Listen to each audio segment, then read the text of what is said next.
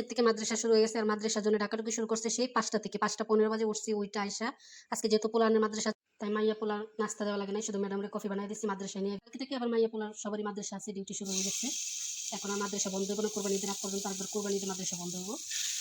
আর এখন প্রতিদিনই নাস্তা পানি সেই সাথে আছে হলো কফি ওই তরমুজ বইরে গাফা বানাই দিচ্ছি আর সাথে নিচে হলো চকলেট এমনি সবসময় খেজুর আবি যাবে অনেক কিছু নিয়ে যায় এবার আর আবি যাবি নেই নাই যেহেতু ঈদ উপলক্ষে ঈদের পরে মাদ্রাসা খোলা সেই জন্য অনেকগুলো চকলেট নিজে গিয়ে গাড়িতে উঠাই দিয়ে আসছি চকলেটগুলো যেহেতু অনেক কিছু নিয়ে গেছে আজকে কফি টফি গাফাটা হয় এটা সেটা কফি মানে হচ্ছে আরবিতে সেটাকে গাফা বলে আর কফি একটা গাফা একটা এক একটা এক এক আর কি তবে গাফাটা খাইতে খুব মজা ভালো লাগে খাইতে চকলেট দিয়া খেজুর দিয়ে খাইতে ভালো লাগে অনেকে পছন্দ করে না আবার অনেকে পছন্দ করে আমাকে এদিক দিয়ে কি বলে গেছে জানেন আজকে বেশি করে রান্না করতে কারণ আজকে সবাই বাসায় আসছে সবাই ডিউটি করে আসবে কেউ মাদ্রাসা থেকে আসবে যারা চাকরি করে তারা ডিউটি থেকে আসবে সবাই একসাথে বসে খাওয়া দাওয়া করবো সেই জন্য আজকে রান্নাটা বেশি হবে তাই একটা আর অর্ধেকটা মুরগি বসিয়ে দিচ্ছি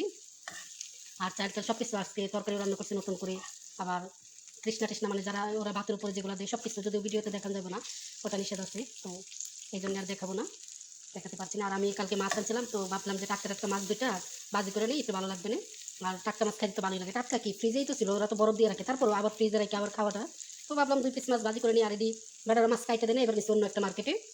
তো নিজে কাটতে গেছি ছুরি দিয়ে ছুরিটাও বেশি একটা দাঁড়ালো না মাছগুলো ভাঙে চলে গেছে তো ভাবলাম এই মাছগুলো ভাজি করে নিই তাই মাছগুলো ভাজি করে নিচ্ছি